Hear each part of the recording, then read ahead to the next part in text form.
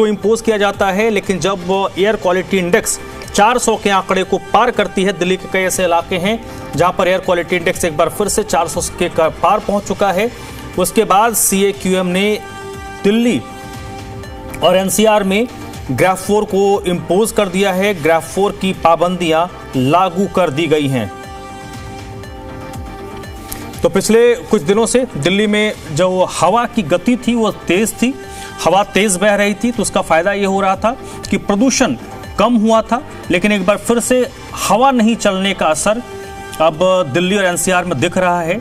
जो धुंध सुबह शाम नजर आ रही है, जो पिछले कुछ दिनों में नए साल के मौके पर गायब हो गई थी, तो एक बार फिर से धुंध नजर आ रही है। और ये फॉग नहीं, स्मॉग है। धुंध और प्रदूषण का ये मिश्रण है जिसको स्मॉग कहते हैं। एयर क्वालिटी इंडेक्स एक बार फिर से 400 के पार हुआ है। कई पॉकेट्स में आंकड़ा 450 तक पहुंच चुका है, जिसके बाद दिल्ली में और NCR में एक बार फिर से ग्राफ 4 की पाबंदियों को इंपोज कर दिया गया है। ग्राफ 4 की पाबंदियां लागू कर दी गई हैं।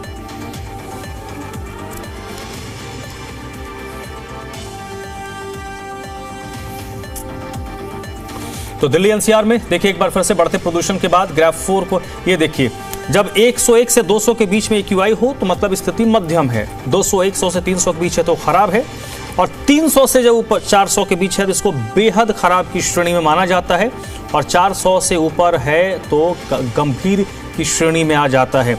शून्य से तो देखिए, क्योंकि अब यहाँ पर आंकड़ा 400 के पार पहुंच चुका है, यानी गंभीर श्रेणी में एयर क्वालिटी इंडेक्स एक बार फिर से दिल्ली NCR के कई हिस्सों में पहुंच चुकी है, जिसके बाद CAQM ने यह फैसला किया है कि एक बार फिर से ग्राफ 4 को इंपोज किया जाएगा, और तत्काल प्रभाव से ग्राफ 4 को इंपोज कर दिया गया है।